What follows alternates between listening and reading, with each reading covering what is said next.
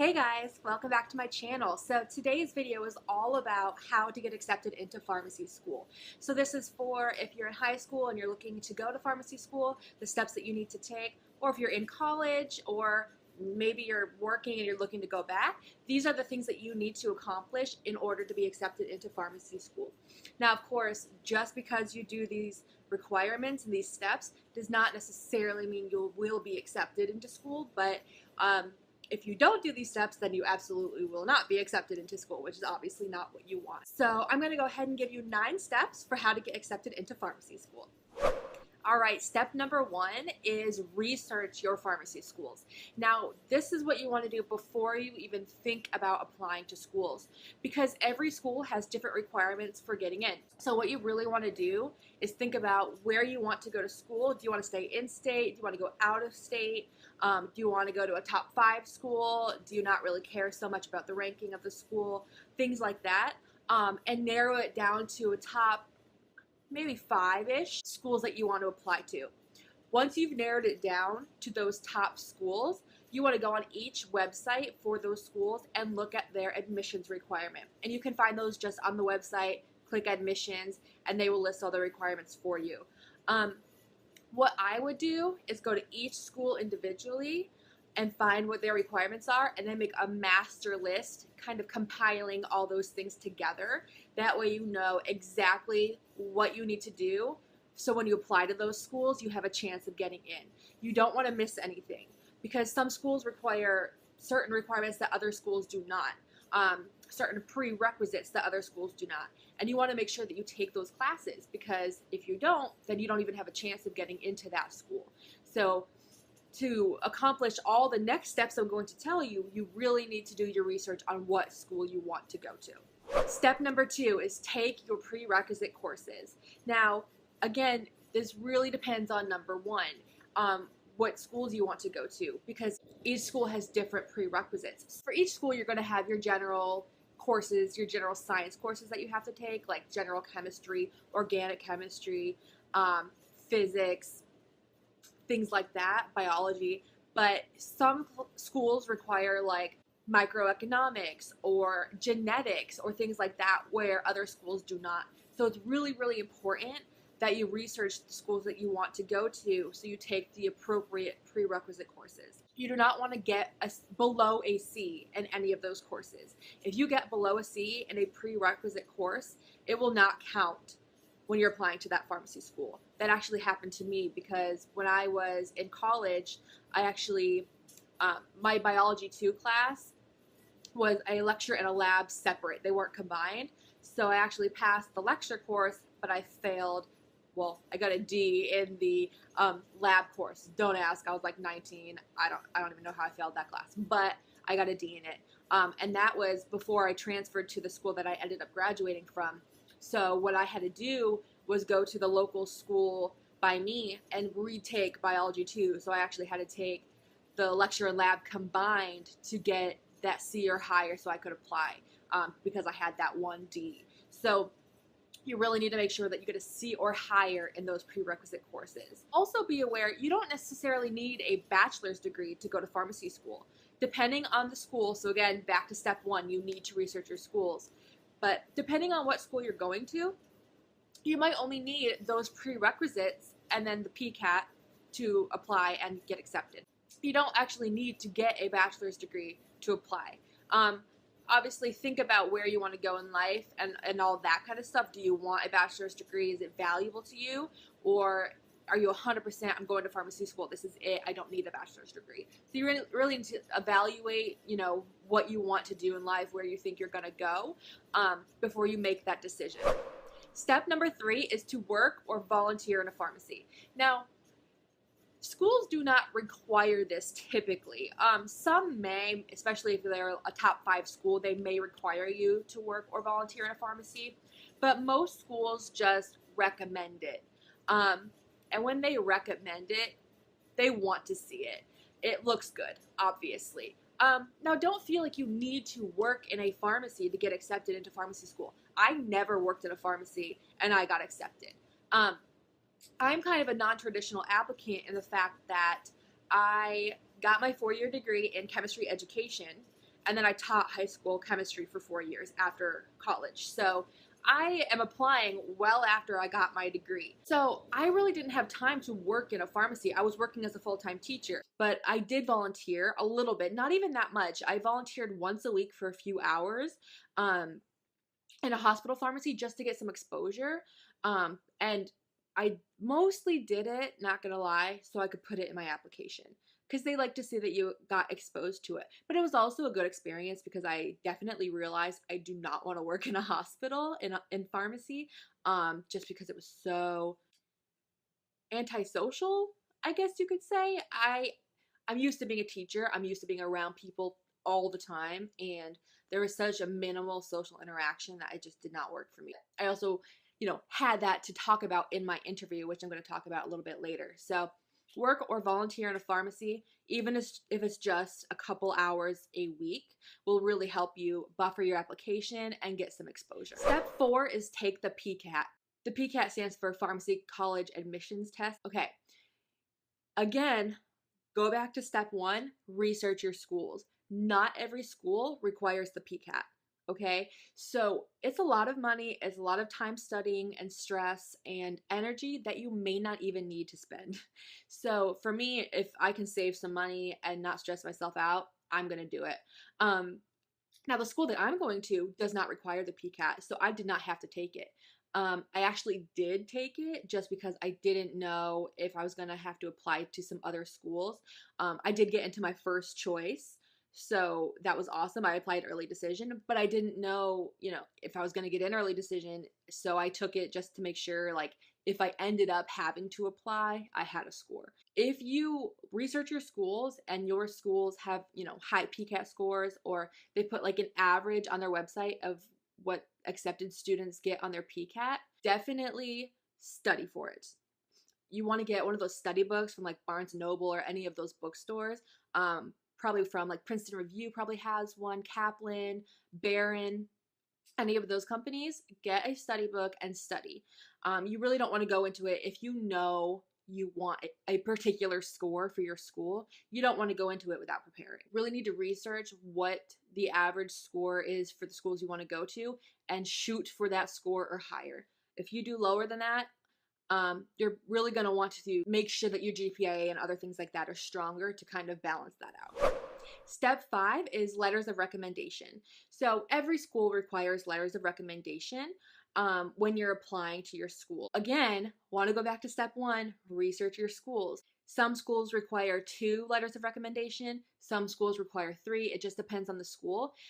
And they also specify what kind of people they want those letters of recommendation from. So some schools might want them from your employers. Some might want them from a pharmacist or a professor in science, things like that. So you really need to research that before you apply, so that you know who to ask and who to like get close to, so they know you and can write an appropriate recommendation for you. You do not need one from a pharmacist. Well, again, depends on your school. But a lot of times they'll give you an option. Like you can get one from a pharmacist or a professor or an employer, things like that. My particular school required 2. So I got one from a science professor and also one of my employers at work. So definitely research who your schools want letters of recommendation from, and get close to those people. Make sure they know you. Make sure they know your character, your work ethic, things like that. Because if they don't know anything about you, they're not going to write you like a really good recommendation because they don't have much to say. So make sure you work on that early. Don't wait until, a couple of weeks or months before the deadline. Also, when you're asking them to write that letter, explain the process to them. And I'm going to talk about the Farmcast a little bit later in this video, but you apply through the Farmcast website. And what you do for the recommendations is you put in your recommender's name and email and all that stuff, and it actually emails the person who is going to give you your letter of recommendation. So for my biology professor, I asked her if she would write it for me. I explained to her that I will have the Farmcast send her an email. She has to open it and click a link to go in and give me my letter of recommendation virtually and submit it. Make sure you explain that to them, because especially if they're like older professors, they might not know and then you don't want to risk them taking a long time with it or not doing it correctly and Farmcast not getting your letters of recommendation. They do not want hard copy typed up letters of recommendation. Be aware of that. Don't ask them for a letter and they'll be like, oh crap, this is not able to get into the Farmcast. Make sure you're aware of that because, again, you don't want to miss deadlines and things like that. That would not be good. Step 6 is your personal statement. So once you start applying, obviously, no matter what kind of school, if you're going to medical school, dental school, optometry school, they're all going to require a personal statement. And what that is basically just an essay explaining why you want to be in that field. So why do you want to be a pharmacist? You really want to make it personal to you with your personal experiences and how that ties into wanting to be a pharmacist. So for me, I definitely talked about my teaching background. I explained, why I went into teaching, but how that really wasn't my passion and how through that I discovered that I liked the science of everything more so than the actual teaching of it. And things like that. So I drew from my experiences and I explained why I wanted to be a pharmacist and why my experiences will make me a better pharmacist because I have those people skills. I have that teaching background, so I'm able to explain things to customers. So you can really use that to help your application. If you work in a pharmacy, use that. Explain why being in the pharmacy really helps you, see yourself having a career in pharmacy. But you really want to draw on those personal life experiences and explain why they make you want to be a pharmacist. Step 7 is make a budget. And I know that's like, make a budget, like how's that going to help me get into school? You need to save money so that you can do this entire process. It's expensive to apply to schools. And if you remember going to undergrad school, it was probably expensive then as well. So what you have to do is when you apply to pharmacy school, through the Farmcast, which is what I'm going to talk about next, you select which schools you want to apply to. So you might apply to just one school like I did, so saved some money there. Or if you want to apply to like 3 or 4 schools, it's expensive. That money adds up. So you want to make sure you have a savings for that. Also, after you send that initial application, each school sends you a supplemental application. Which for my school was $50 to submit that supplemental application. So each school might be different in how much they charge for that supplemental application, but I think a lot of them are around the $50, maybe $100 mark. So research your schools, know that price point because you don't want to be caught having to pay all these fees that you can't afford. And then once you get invited to an interview, there might be traveling costs, hotel stays if you're wanting to apply to an out-of-state school. That all costs money. And then once you finally get accepted, you need to send in a deposit. And those deposits are expensive. Mine was $500. Some schools are up to like $1,000, $1,500 deposit just to save your spot. So it's expensive. So really make sure you do your research and you get a savings because you don't want to rack up like a credit card bill or, debt or not go to pharmacy school just because you can't afford to apply to it. That would not be something you want. So just be smart about it. Start saving early so that you don't have to worry about those fees.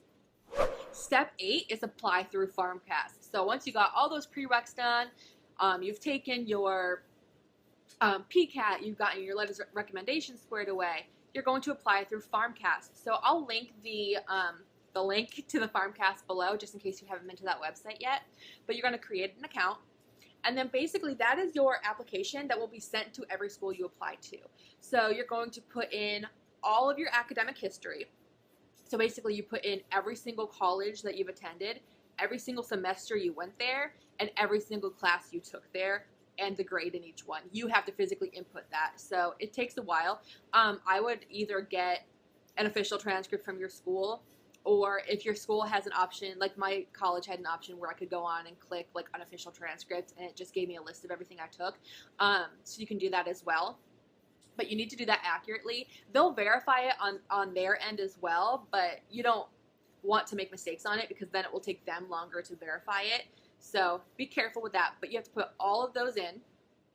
Make sure you send all your transcripts to Farmcast from every single college you apply to, even if it was like a stupid random school that didn't have anything to do with your prerequisites. you need to send that in to the Farmcast and enter it on your like record. Now this is colleges, not high school transcripts, just college, university transcripts. Know your deadlines, because if you miss a deadline, obviously you can't get into that school, or you're gonna have to wait for the next cycle, which means that your chances of getting in are probably a little bit less. So especially if you're applying early decision, those deadlines are like early, because I did early decision for my school. I don't remember I think it might have been like July or August was the deadline. My interview was September, end of September. So it was early. So make sure if you want to apply early decision or early in the first cycle, you're paying attention to those deadlines. Once you finish your Farmcast application, so you've gotten your personal statement in there, you've sent all of your letters of recommendation requests and all that. You've gotten all that back. You did all your courses. Once you submit it, you're going to select every school that you want it to go to. And basically, once you hit submit, it's going to send your application to all of those schools. So let me backtrack a little bit. Farmcast on there, and it's going to verify all your academic information. And it's going to give you like a list of all your GPAs. So your science GPA, your overall GPA. So you're going to see all of that. Once they verify that, they're going to send your application to all of those schools that you checked and paid for. So you are not sending each school something. The Farmcast is. So Farmcast is your world of applying to pharmacy school. So very important that you make sure all your information on there is accurate, because once you submit it, you can't change it. The only things that you can change are if you submit it, but you're still taking classes for your prerequisites. Most schools allow you to take your prerequisite courses up until the summer before you matriculate. So I could technically still be taking a class for my prerequisites, and I start school in 2 weeks. So what you would do in that case is once you finish that course, you would send a transcript to Farmcast, and they would do an academic update on there, and it will update all your information after you submit it. But make sure you keep up on all that stuff, because you want that school to get all that information. So if they, tentatively accepted you, you don't want them to rescind that acceptance because of like one transcript you didn't send. So be very careful with that stuff. Step number 9 is prepare for your interview. So I actually applied in 2 cycles. I applied at the end of one cycle in the end of 2015. So like April, I interviewed in 2015 to try to get in to the 2015-2016 school year. And honestly, I was just kind of trying to see if I could get in. I wasn't particularly prepared for it. So I didn't really prepare for the interview. I just kind of was like, oh, let's just see how it goes. Girl, I should have prepared. You just need to be ready. You need to go into that interview. It's a high stress situation. And if you go in there not particularly prepared for what they're going to ask you, you're going to be nervous. You're going to hesitate and pause and fiddle with your hands, and it's just going to be a mess. So make sure you prepare. When I had my interview in the next cycle, I made sure I researched, and I was really glad that I actually did it in the last cycle, because I knew the process. I knew what kind of questions they were going to ask me. So I really made sure to research, like, what kind of responses should I give to this? One thing I would definitely do, have a good kind of spiel ready for the question. So tell me about yourself. Because my first time, I was like, well, my name's Alyssa, and I want to be a pharmacist. Like, I didn't know what to say. But the next time around, I was like, okay, I'm ready. So I really prepared for that question. What they want to know is your history, basically. So I kind of gave them my history from like graduation of high school and forward, and kind of talk highly about yourself. Be like, well, I did this and this, and no, it wasn't really pharmacy related, but this is what it did for me, and this is why it led me to pharmacy.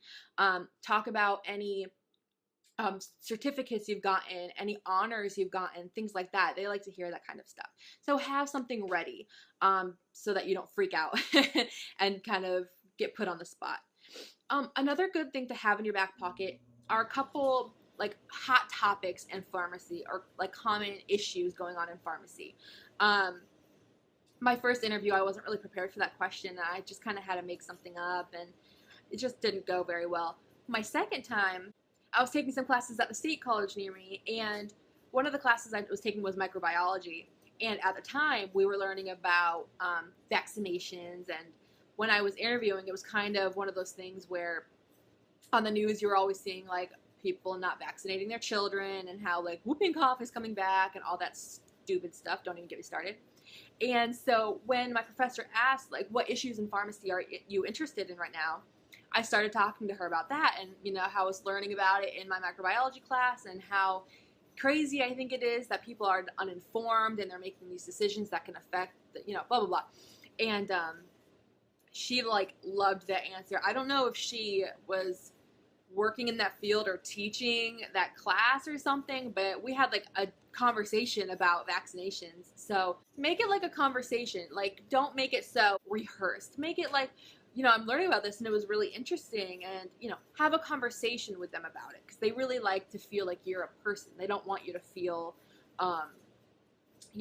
like you're in an interview. Again, I mean, obviously you're in an interview, but make it feel relaxed, make it feel comfortable. If you need to, like, practice with your friends, family, do some like skits, because that might help you kind of loosen up to know how you're going to say some of your responses.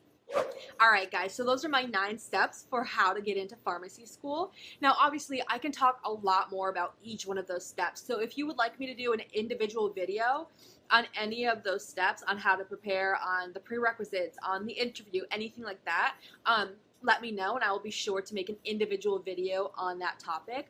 But thank you so much for watching. Please subscribe if you haven't already, and I will see you in my next video. Bye.